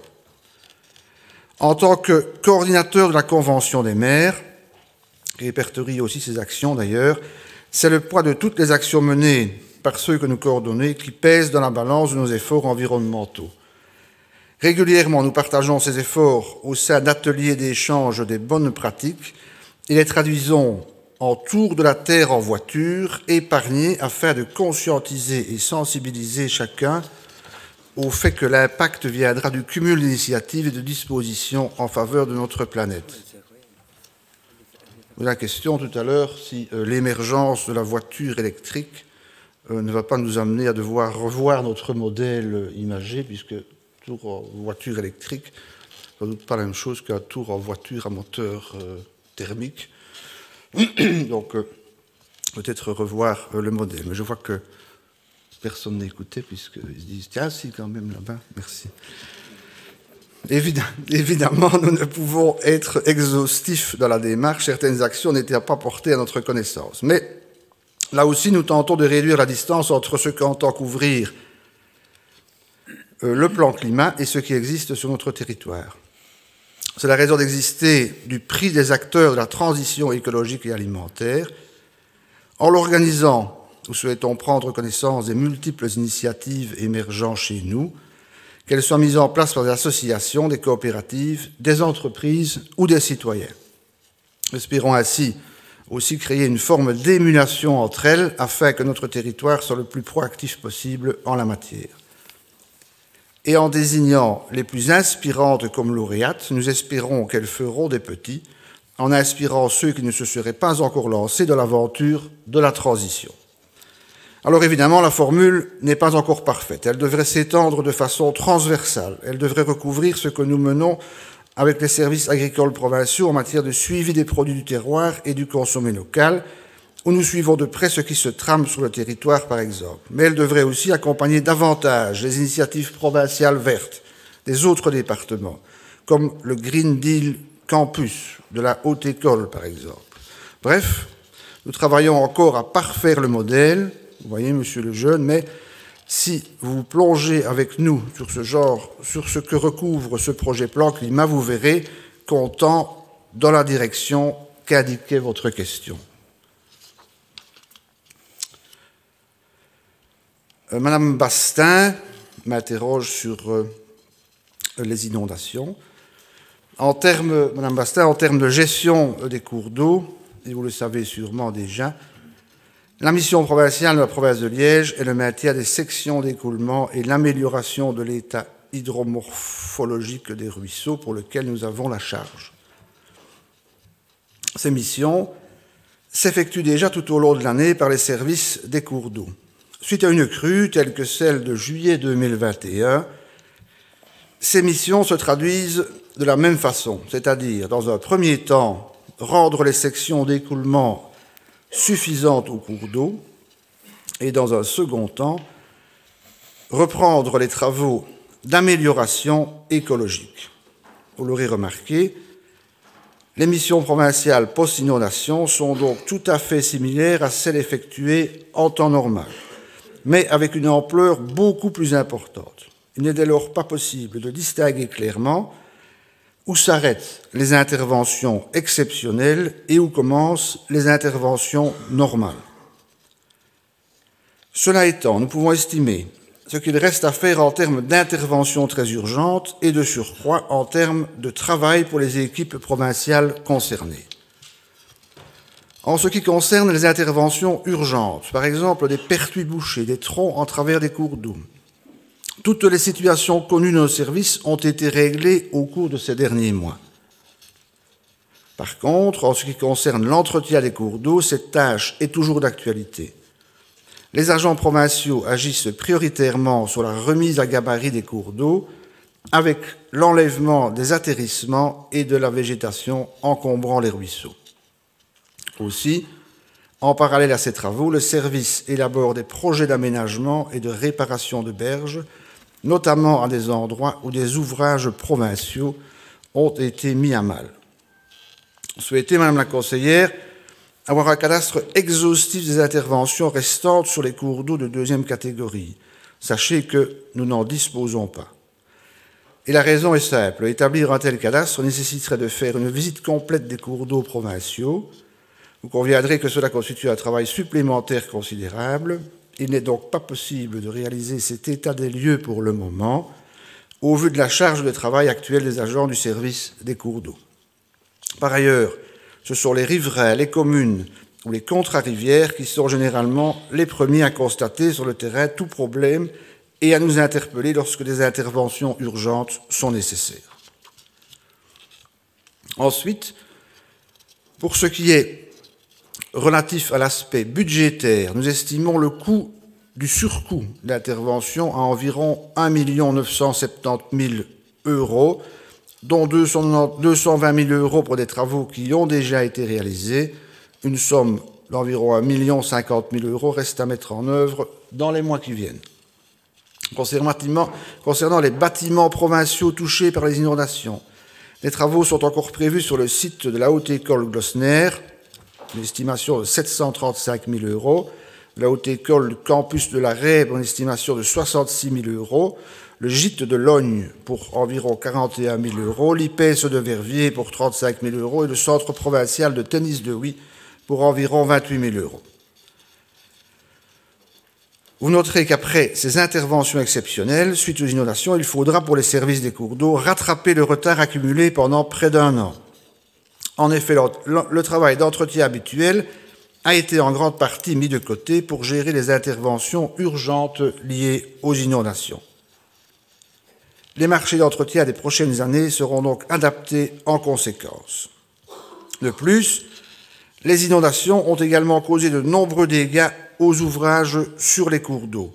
Comme rappelé ce lundi à cette même tribune, ceux-ci ne sont généralement pas à la charge de la province. Toutefois, les questionnements des riverains à ce sujet sont nombreux et nécessitent une gestion spécifique. Pour répondre de manière plus large à votre question, Madame la conseillère, la Direction générale des infrastructures et du développement durable examine différentes options afin de soulager le travail de ses agents, actifs depuis juillet dernier sur les dégâts occasionnés par les inondations. La gestion administrative, en plus des interventions de terrain, a pris une certaine ampleur. Aussi, des renforts en interne, une réorganisation du travail ou des développements informatiques et techniques pour filtrer les demandes et soulager la charge de travail des agents sont proposés. Pour finir, certaines communes ferrières, par exemple, pour le moment, nous consultent encore aujourd'hui pour les aider dans des tâches de prescription, de réparation, de route ou de cadastre sur des pathologies rencontrées suite aux inondations. Cela fait partie des conséquences des dernières crues. Il y a actuellement un engouement de la part des communes concernant la mise en place de solutions face à la problématique des crues. Vu cet élan, la province de Liège souhaite les accompagner en proposant des analyses approfondies des cours d'eau à travers de prestations externalisées mais supervisées par le service des cours d'eau. Ces études qui seront réalisées, et j'en parlais déjà lundi, donc sur des études complètes de bassins hydrographiques, qui seront réalisées à un rythme d'environ 3 à 5 cours d'eau par an, permettront d'identifier les solutions techniques les plus pertinentes et les mesures que chaque partie, province, commune, riveraine, pourra mettre en place à son niveau et suivant ses responsabilités. Le dialogue avec les communes qui souhaitent s'impliquer dans la lutte contre les inondations est donc fortement présent au travers de rencontres bilatérales régulières, de conférences, de groupes de travail, et je m'en réjouis. Madame Bastin m'interroge également sur les bornes électriques, donc état des lieux et développement donc, de cette problématique de bornes électriques sur le territoire de la province. Madame Bastin, je vous remercie pour votre question. Le déploiement de bornes de rechargement constituait un engagement fort de la province en faveur d'une mobilité durable. Nous avons ainsi veillé à en équiper nos sites provinciaux. 23 sont prévus à terme, 14 sont d'ores et déjà installés, mais nous proposons aussi au pouvoir public de nous emboîter le pas en installant sur leur territoire, grâce à notre marché public, donc subside de 75% de l'achat et des travaux pour la première borne, plafonné à 15 000 €. Donc c'est un peu le même principe que dans les parkings de covoiturage. On plafonne notre intervention à 15 000 €, mais 70, donc subside à 75% quand c'est en dessous de 15 000 €. Ce qui coûte dans les bornes électriques, ce n'est pas tant la borne, mais c'est surtout l'installation du câblage pour y arriver. Donc, grâce à notre marché public, certaines donc, proposées à d'autres pouvoirs publics, ou via le projet POLEC 2020, par ce biais, ce sont 108 bornes qui seront mises en place, dont 40 ont déjà été posées. Au total, ce n'est donc pas moins de 131 bornes qui seront fonctionnelles, dont 120 en accès au public. Ce qui vous en conviendrait est une belle réalisation de nos services en collaboration ou non avec la région. En termes de subsides provinciaux, à ce jour, un total de 144 000 € ont été distribués aux communes. Avant la fin du marché, 390 000 € complémentaires seront reversés. Il est toutefois utile de souligner qu'un nouveau projet centré autour de l'installation de bornes sur notre territoire, mis en œuvre par le ministre Henry, avec l'ASPI, a conduit à l'annulation des commandes de la part de plusieurs communes qui ont préféré se tourner vers cette proposition plus neuve et dans ce cas totalement prise en charge financièrement par la Wallonie, qui, comme chacun sait, a bien les moyens. Ce nouveau plan engendre donc une problématique quant à notre investissement dans la gestion du projet de déploiement de bornes sur notre territoire. Nous regrettons de ne pas avoir été consultés dans ce cadre afin de développer une approche cohérente. Cette décision nous met dans une position particulièrement délicate par rapport aux communes et à l'ASPI. Ainsi, pour nous permettre de déterminer où notre action reste opportune, j'ai interrogé le ministre Henry afin de recevoir un cadastre des communes concernées par ce nouveau projet sur le territoire provincial. Nous n'avons à ce jour pas encore reçu de réponse nous permettant de repenser notre action, mais nous veillerons à vous tenir informés de l'avancement de ce projet et également de ce dossier. Je vous remercie pour votre bonne attention. Je vous remercie, Monsieur le député provincial. Quelqu'un souhaite-t-il intervenir sur ces problématiques? Oui, Madame Bastin.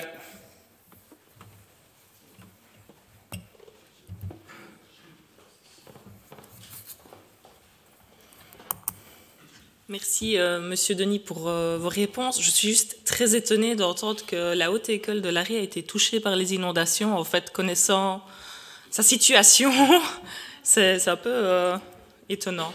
Donc, après, vous savez, qu'on en discute pour voir ce qui a été touché, surtout en sachant la somme qui doit encore y être affectée. Chaufferie. Ok, d'accord. Merci. Quelqu'un d'autre souhaite-t-il intervenir? Pas d'intervention. Le Conseil prend connaissance du rapport d'activité 2021 concernant les infrastructures et le développement durable. Le point 7 de l'ordre du jour, rapport d'activité 2021 concernant l'agriculture et la ruralité. J'invite Monsieur le député provincial André Denis à la tribune pour répondre aux interventions qui relèvent de ses compétences.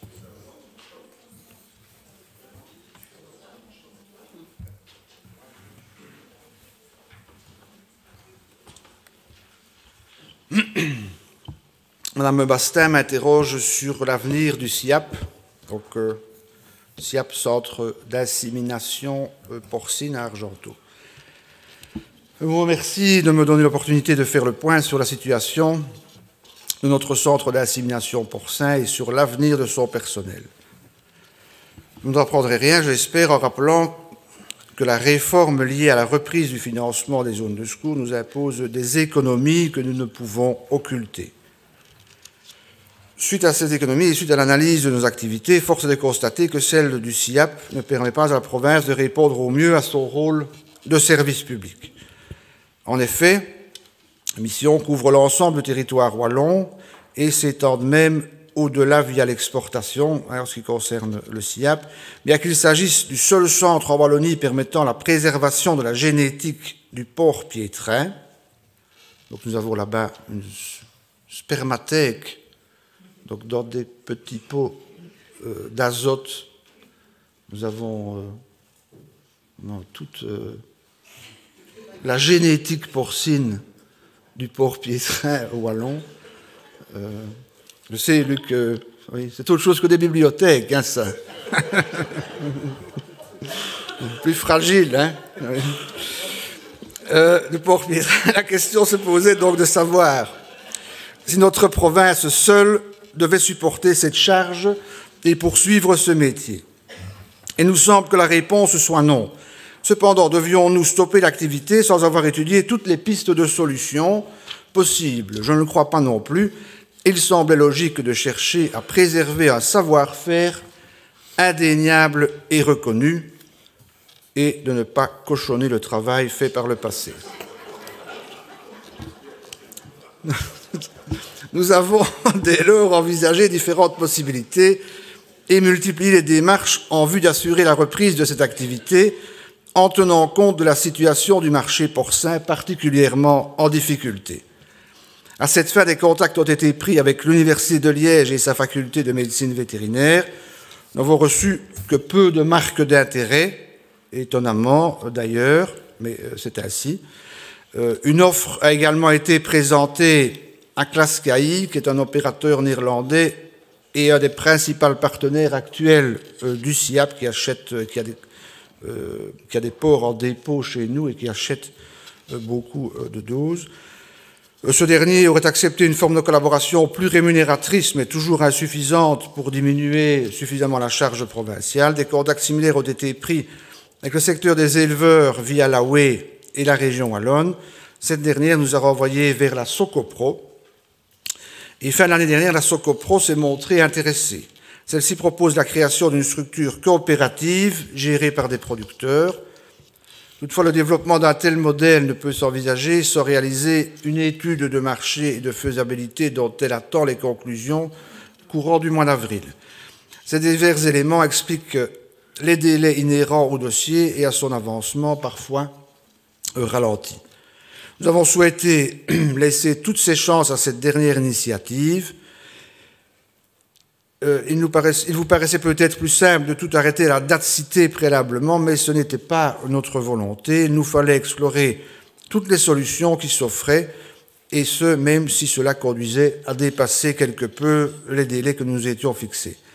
Concernant votre inquiétude pour le personnel, tant qu'il restera des ports à Argenteau, nous devrons maintenir une équipe minimale pour les soins accordés à l'entretien de l'infrastructure. Je peux néanmoins vous rassurer, en cas de cessation totale de l'activité du SIAP, la réaffectation du personnel est assurément au centre de nos préoccupations.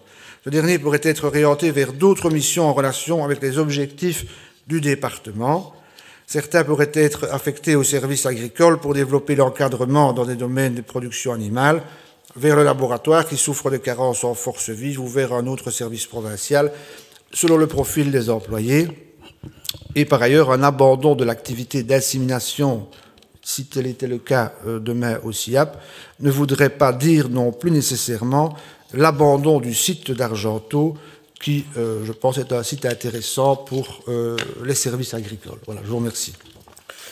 Je vous remercie, monsieur le député provincial. Quelqu'un souhaite-t-il intervenir? Personne. Le Conseil prend connaissance du rapport d'activité 2021 concernant l'agriculture et la ruralité. Le point 8 de l'ordre du jour, rapport d'activité 2021 concernant l'administration. J'invite tout d'abord monsieur le député provincial président Luc Gillard à la tribune pour répondre aux interventions qui relèvent de ses compétences.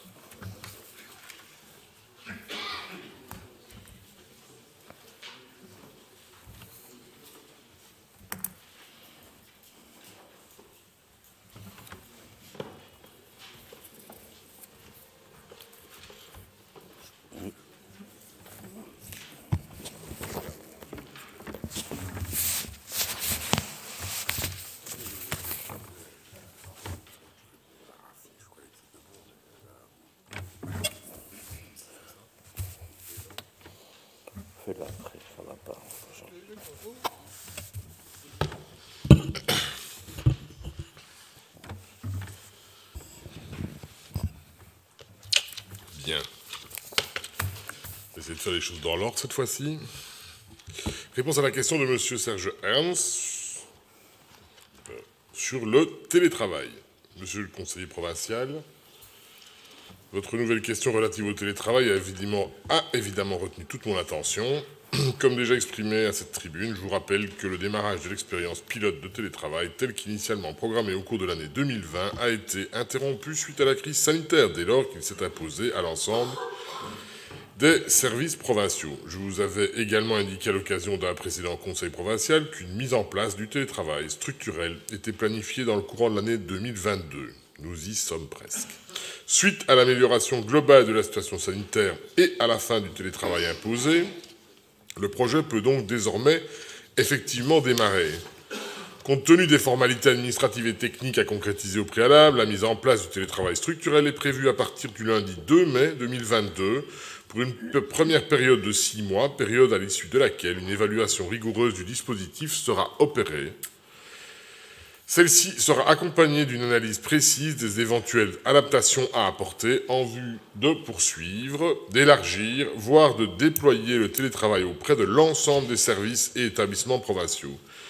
Cette analyse permettra en effet, comme je l'avais également exprimé lors de ma précédente intervention à ce sujet, d'apprécier les implications du télétravail structurel sur les services rendus par les différents services provinciaux et sur la qualité et le bien-être de nos travailleurs. Les retours d'expérience des longues périodes de télétravail forcé ont permis d'identifier les pistes d'amélioration au niveau, par exemple, de l'environnement informatique pour permettre de travailler depuis son domicile comme si l'on était au bureau, et même mieux, vous diront certains. Pour reprendre votre image, des petits cailloux ont été placés sur le chemin depuis déjà quelques années. Dès 2019, le collège a investi dans l'acquisition de nombreux ordinateurs portables. Ceux-ci étant indispensable pour disposer de tous les outils et logiciels provinciaux, le tout dans un contexte sécurisé. Les outils mis en place, VPN pour un accès sécurisé, Rainbow pour la téléphonie et les communications unifiées, ont démontré leur utilité et leur pertinence, même si on peut constater qu'une sensibilisation des utilisateurs à la meilleure utilisation possible de ceux-ci reste nécessaire. Nous constatons néanmoins qu'il reste des processus au sein desquels le papier et les signatures ont leur importance et qui nécessitent d'être dématérialisés pour être assurés dans la continuité, quel que soit le lieu de travail, bureau ou domicile. Ce à quoi le département des systèmes d'information œuvre actuellement au travers de plusieurs projets qui seront autant de nouveaux petits cailloux sur le chemin de la transition numérique. Les autres retours du terrain, suite à ce télétravail imposé, font apparaître d'autres types de difficultés dont nous souhaitons tenir compte. Baisse de cohésion des équipes, difficultés de communication entre les collaborateurs, difficultés pour certains à venir sur le lieu de travail en cas de nécessité de service. Le collège validera rapidement, dans les quelques semaines, la liste des agents concernés. Plusieurs métiers sont ciblés afin que la mise en œuvre la plus large possible, pourra concerner alors un maximum d'agents. Je ne doute pas que nous aurons le plaisir de reparler de cette thématique lors de nos prochains travaux. Je vous remercie.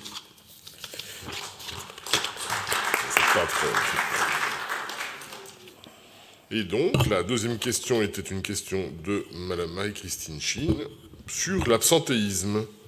Madame la conseillère provinciale, comme cela vous avait été expliqué en commission lors de la discussion sur votre amendement budgétaire, depuis 2008, afin de prévenir les risques psychosociaux au travail, la province de Liège met en œuvre une série d'actions spécifiques favorisant le bien-être au travail.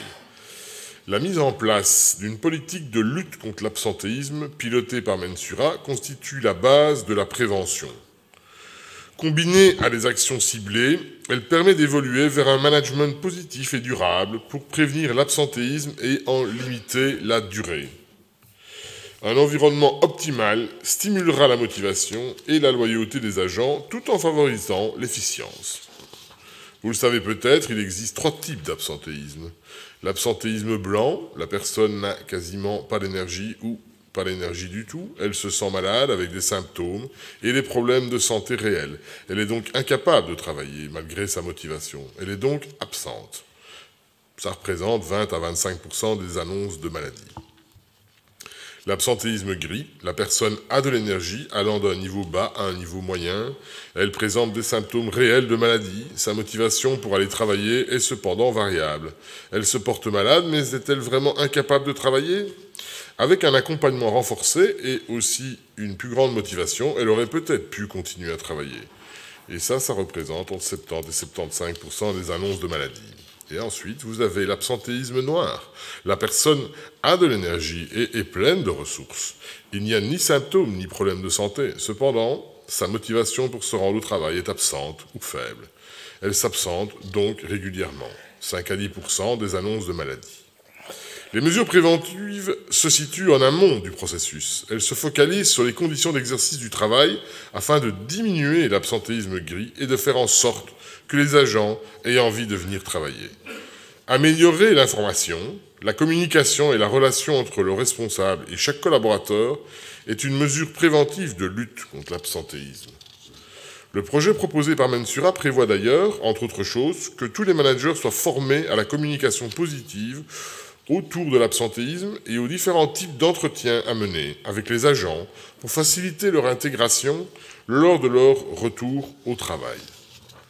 Le fait de diminuer l'indice de Bradford de 750 à 500 et de limiter les absences à 3 jours par an sans certificat, je vous rappelle que nous sommes alignés sur le fédéral, cible plus particulièrement les absences de courte durée. Cette méthode permet de mieux encadrer les agents avec un suivi plus systématique de ces situations par les médecins du service provincial de contrôle médical. En effet, ces absences perturbent le fonctionnement des services, génèrent de la surcharge de travail pour les collègues présents, risquent d'épuisement au travail lié à cette surcharge, risquent de démotivation, sentiment d'injustice ou d'inéquité, risque de tension, risque de perte de solidarité au sein des équipes, nécessité de réorganisation du travail du bureau. Sans compter le coût de ces absences, que ces absences représentent. Il est bon de préciser d'une part que ces taux de Bradford est plus souvent fixé par l'employeur aux alentours de 150 à 250. Un taux de 500 demeure donc bien plus favorable que le taux appliqué au sein d'autres pouvoirs publics. D'autre part, justement, les maladies chroniques, si elles sont connues par le SPCM, font l'objet d'un retrait de la liste des agents soumis au contrôle spontané. D'ailleurs, l'article 21 ter du statut administratif du personnel non enseignant le stipule clairement. De même, en cours d'année, Le médecin contrôleur peut, s'il le juge pertinent, sur base de ses conclusions médicales, suspendre l'obligation de contrôle d'un agent qui présenterait une pathologie particulière, comme la maladie de Crohn ou un cancer. Cette procédure est totalement couverte par le secret médical, le médecin du travail agissant en toute indépendance. De plus, il est bon de préciser que la mise au contrôle spontané ne pénalise pas le travailleur. Il constitue plutôt un processus d'accompagnement de l'agent malade en vue de l'informer de la possibilité d'entreprendre diverses démarches. Par exemple, comment obtenir un accord de sa mutuelle pour bénéficier d'un programme de séance auprès de l'école du dos? Solliciter un entretien avec la médecine du travail et en particulier la cellule psychosociale, en cas de harcèlement au travail. Enfin, le SPCM reçoit régulièrement des messages de remerciement pour l'aide apportée aux travailleurs qui étaient, avant son entretien avec le médecin contrôleur, dépourvus de toutes les balises pour des démarches administratives ou médicales auxquelles ils pouvaient prétendre. L'absentéisme requiert l'attention soutenue du collège, car non seulement il s'agit d'une perte de moyens évidente, mais aussi parce que c'est un phénomène qui présente une évolution inquiétante. Le taux d'absentéisme avoisine 15% sur les 12 premiers mois et même 18% en février 2022. Les 13% évoqués dans votre question sont malheureusement déjà dépassés. Il est difficile de pointer une pathologie particulière pour expliquer l'évolution de cette courbe, raison pour laquelle il a été décidé d'aborder la problématique d'une manière plus globale. Sur ces 5 dernières années, 54 dossiers de demande de trajet de réintégration ont été traités. Parmi ceux-ci, 27 dossiers sont en cours de traitement, 11 dossiers ont abouti à une réintégration réussie, 7 dossiers ont mené à une mise à la pension prématurée pour raison de santé décidée par le MEDEX, et 9 dossiers se sont soldés par une rupture de contrat pour force majeure médicale. Conformément aux dispositions réglementaires en matière de réintégration des travailleurs en incapacité de travail issus du Code du bien-être au travail, les demandes de trajet de réintégration peuvent être exprimées à l'initiative du collège, il y en a eu 17, mais aussi de l'agent, 14, du médecin conseil de la mutuelle, 2, des médecins du SPCM, 3, ou encore suite à une décision de la commission des pensions statuant dans le cadre de la mise à la pension prématurée pour raison de santé, 18. Au travers de bilans de compétences, la province met tout en œuvre pour tenter de réaffecter les agents concernés à un autre poste, plus adapté à leur situation et dans le respect de leurs compétences. Un soutien leur est également apporté dans leur démarche avec la VIC.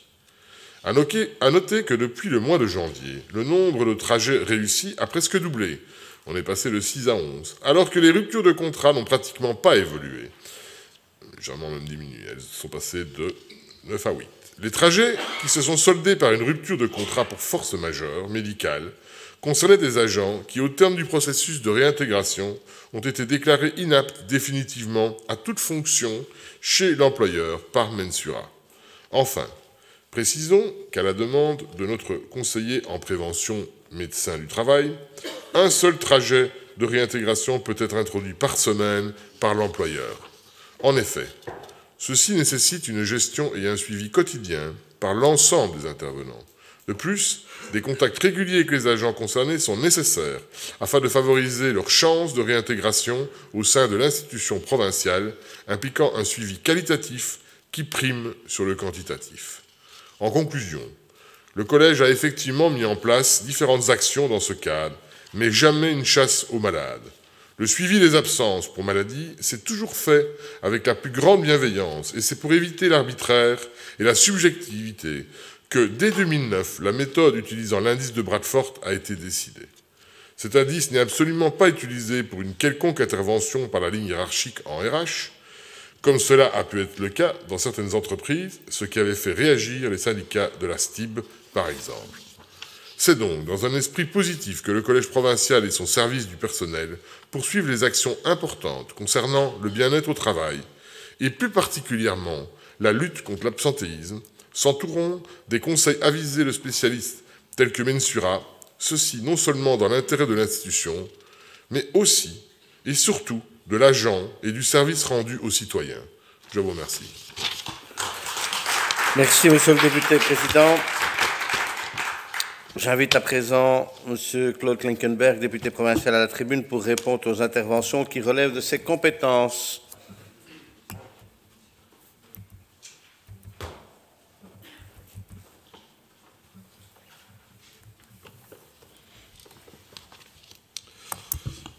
Merci, Monsieur le Président. Monsieur le conseiller, Monsieur Ernst, cher Serge, je vous remercie pour votre question à laquelle je ne vais pas manquer de répondre, évidemment. Mais je souhaiterais d'abord vous exprimer une pensée toute personnelle. Comme nombre d'entre nous dans cette Assemblée, j'ai visionné avec grande attention le reportage du magazine Investigation consacré aux provinces. Je tiens à préciser d'emblée que j'ai évidemment le plus grand respect pour la liberté rédactionnelle d'un média public ou autre et que j'ai été particulièrement interpellé par ce sujet. Cependant, je regrette sincèrement que son contenu porte une nouvelle fois atteinte et touche en plein cœur des milliers d'agents provinciaux qui ont quotidiennement dans nos services ESBL provincial et paraprovincial la volonté de rendre un service public de qualité à l'ensemble de nos communes et de nos concitoyens. Cette nécessaire mise au point étant faite, nous avons bien pris acte de la volonté du ministre des Pouvoirs locaux d'obtenir des éclaircissements concernant la gestion des ASBL provinciales et paraprovinciales. Sans embâche, je considère d'ailleurs comme parfaitement légitime cette exigence de transparence de la part de la tutelle wallonne. Pour être précis, quant aux attentes du ministre, son courrier me demandait de lui transmettre pour ce 31 mars une situation comptable et des informations spécifiques au sujet des ASBL correspondant aux critères suivants. 1. Les ASBL créés ou subventionnés majoritairement par la province. 2. Les ASBL de la province est représenté à plus de 50% de l'organe principal de gestion. 3. Les ASBL concernés par une mise à disposition de personnel. Et enfin 4. Les ASBL concernés par une mise à disposition de biens, immeubles, pour lesquels des éléments complémentaires tels que notes explicatives, les comptes rendus des 3 dernières années ou le rapport d'activité sont attendus. Cette demande ne nous a évidemment pas pris de court, puisque la province de Liège effectue déjà un contrôle efficace et une veille permanente de ces ASBL au travers du bureau des participations. Ils sont chargés d'entretenir des contacts réguliers avec ces structures, d'établir un tableau de bord complet, contrôler les situations financières et évaluer les contrats de gestion, tout en faisant in fine rapport au collège provincial. Sur base des critères précités définis par le SPW, le rapport fourni pour jeudi prochain concerne donc 35 ASBL, dont 23 bénéficient de mise à disposition de locaux. Et à ce jour, les services ont canalisé la quasi-totalité des documents requis par la région wallonne et le prochain collège en approuvera le contenu définitif. Ce dossier qui montre la saine gestion de nos preuves sera évidemment consultable pour l'ensemble des conseillers de notre Assemblée selon les procédures habituelles. Et je reste à votre disposition et je vous remercie. Je vous remercie, Monsieur le député provincial. Quelqu'un souhaite-t-il intervenir sur ce sujet? Le Conseil prend connaissance du rapport d'activité 2021 concernant l'administration. Le point 9 de l'ordre du jour, le rapport d'activité 2021 concernant les sanctions administratives communales. J'invite Monsieur le député provincial Claude Klinkenberg à la tribune pour répondre aux interventions qui relèvent de ses compétences. Monsieur le conseiller, cher Marc, mais je pense qu'il n'est pas là aujourd'hui. Excusez. Je lui renverrai alors mon intervention, comme ça il pourra en bénéficier également. Je le remercie pour sa question. Vous connaissez ma sensibilité particulière en matière de service public. À mes yeux, la rentabilité d'un service public ne s'évalue pas au seul résultat mathématique de la balance des recettes et des coûts. En effet, nous pourrons certainement convenir ensemble qu'un service public s'évalue d'abord par la qualité du service rendu et à son impact positif sur le bien commun et le quotidien de nos concitoyens.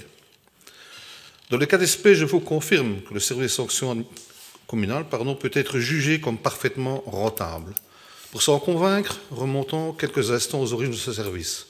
Il a maintenant plus de 15 ans. On le sait, la récurrence des comportements inciviques et nuisibles pose depuis toujours des problèmes aux autorités communales, alors confrontées à l'impunité de ces actes n'étaient tout simplement plus poursuivis ni réprimés par l'appareil judiciaire traditionnel. Il en résulte donc plusieurs conséquences désagréables. 1. La récidive, voire l'escalade des comportements répréhensibles laissés impunis. 2. Un sentiment d'abandon et d'insécurité pour les victimes face à l'inaction des autorités publiques. 3. Un constat d'impuissance et une démotivation chez les verbalisants, les interventions de forces de l'ordre étant décrédibilisées par l'absence de suivi. Face à ce constat, les sanctions administratives communales sont venues offrir un nouveau bras armé aux communes pour travailler à mieux préserver l'ordre public en sanctionnant notamment les atteintes à la sécurité, la salubrité, la tranquillité publique, qui forment toutes les trois des besoins primaires d'une société apaisée. Si le service depuis sa création a fait des démonstrations implacables de sa pertinence et aujourd'hui salué par 67 communes partenaires, je vais malgré tout vous donner quelques chiffres et quelques considérations que vous m'avez suggéré de faire. Tout d'abord, il est utile de se rappeler que les montants maximaux des amendes qui peuvent être infligées par nos fonctionnaires sanctionnateurs sont finalement assez faibles. Il faut en effet compter 350 € maximum pour des sanctions administratives communales, tandis que les infractions au code de l'environnement, poursuivies, elles, par les fonctionnaires sanctionnateurs régionaux, peuvent faire grimper l'addition jusqu'à 100 000 €. Vous voyez la différence. Ces faibles montants sont de plus en plus régulièrement challengés, parfois à la baisse, par la jurisprudence qui s'établit au fil des recours contre nos décisions qu'il nous faut dès lors de mieux en mieux juger et argumenter.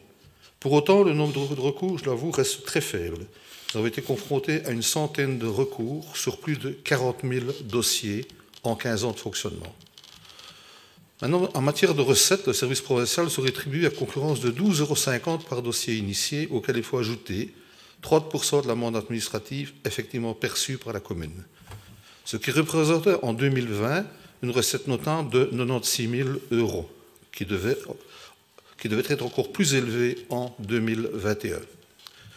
Alors évidemment, en matière de coûts, il s'agit de prendre en compte les charges salariales des fonctionnaires sanctionnateurs, des agents désignés au secrétariat, auxquels viennent s'ajouter les habituels frais de fonctionnement. Au vu des récents mouvements dans l'équipe, l'estimation 2022 doit être affinée afin de pouvoir vous être livrée, par exemple, en commission. Mais un exercice similaire avait été effectué en 2014, et on y définit des coûts pour 245 924 € pour faire tourner ce service.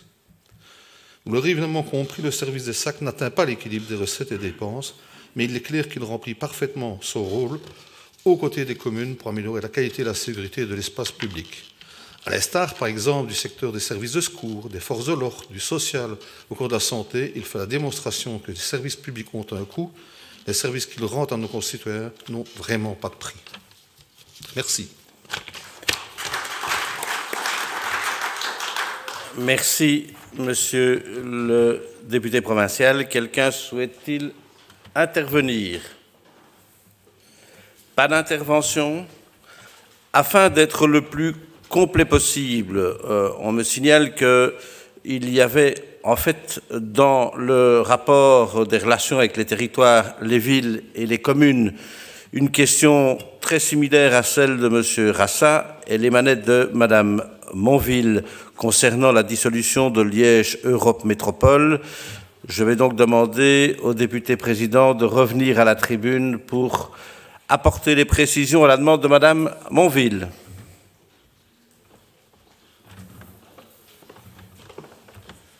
Merci, Président. Je vais faire un correctif au correctif. C'était donc non pas sur la dissolution de l'EM, ça j'ai répondu dans ma question, mais plutôt sur les zones de secours. Le sujet est un peu mélangé, mais disons quand on parle du département des relations territoire, villes et communes, il y a forcément les zones de secours. C'était un peu implicite. Bon, je vais essayer d'être bref et je vais essayer de ne pas prolonger cette merveilleuse séance. Madame la conseillère, la problématique de l'uniformisation de la gestion du système d'alerte dans les zones de secours était déjà identifiée parmi les pistes de mutualisation entre les 6 zones du territoire provincial par l'étude réalisée par la société BDO suite à la mise en place de l'organisation zonale en 2015.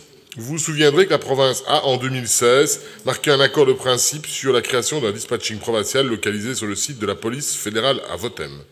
Cependant, en avril 2018, sur base des recommandations opérationnelles émises par les agents de terrain, il a été privilégié une voie intermédiaire visant d'abord à uniformiser les modes de fonctionnement et équiper les zones de secours d'outils de communication similaires avant d'envisager un rassemblement plus important.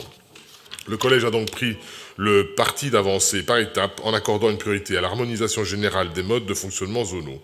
Néanmoins, dans ce laps de temps, les zones ont chacune développé un système qui leur est propre pour leur logiciel d'alerte. Chaque zone étant une entité indépendante, les choix des unes et des autres ont amené à des disparités dans les outils acquis ou développés.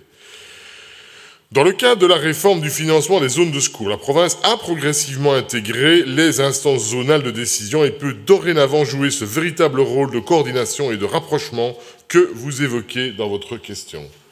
C'est en ce sens que la convention passée avec chaque zone prévoit la possibilité de soutenir financièrement, via les 10% du fonds des provinces dévolus à la sécurité civile, tout projet porté par au moins 2 zones qui viserait à mutualiser les services support ou démission. Et comme je vous l'avais dit, la dernière convention nous est revenue milieu février. Donc on peut considérer que maintenant, nous sommes présents et en même temps, ils respectent les termes de ces conventions. Donc on va pouvoir mutualiser. C'est également dans cette perspective que nous avons soutenu la mutualisation du dispatching entre les zones 4 et 5 en 2021 et que nous entendons soutenir la mutualisation du dispatching entre les zones 2 et 3 en 2022. Enfin, le projet d'un logiciel d'alerte commun aux 6 zones, c'est notre objectif, n'est pas pour autant abandonné et reste l'objectif vers lequel tendre, mais nous avons pu mesurer la nécessité de passer par des étapes intermédiaires avant de pouvoir y parvenir. Le département des relations avec les territoires, villes et communes travaille en ce sens avec les 6 zones de secours et nous ambitionnons d'arriver à un cahier des charges commun au 1er janvier 2026. Je souhaite préciser également que la province de Liège, qui est amenée à jouer un rôle de plus en plus important dans la gestion des zones de secours, plaide pour la réduction du nombre de zones sur son territoire. L'étude BDO que je mentionnais au début de cette intervention mettait déjà en avant cette hypothèse. Cette réduction du nombre de zones permettra des économies d'échelle indispensables et nécessaires pour les communes et la province. Et avant de vous remercier de m'avoir écouté, je pense qu'on aura l'occasion de revenir sur le sujet dès que nous aurons une version définitive du rapport de la commission d'enquête sur les inondations, qui forcément s'intéresseront à, entre autres, cette problématique de l'intervention des services de secours et des pompiers en particulier. Je vous remercie. Merci, monsieur le député président. D'autres demandes d'intervention sur ce sujet? Non. Le Conseil prend donc connaissance du rapport d'activité 2021 concernant les sanctions administratives communales et a pris connaissance du complément d'information qui vient de nous être donné. Le point 10 de l'ordre du jour, approbation du procès-verbal de la séance du 21 mars 2022.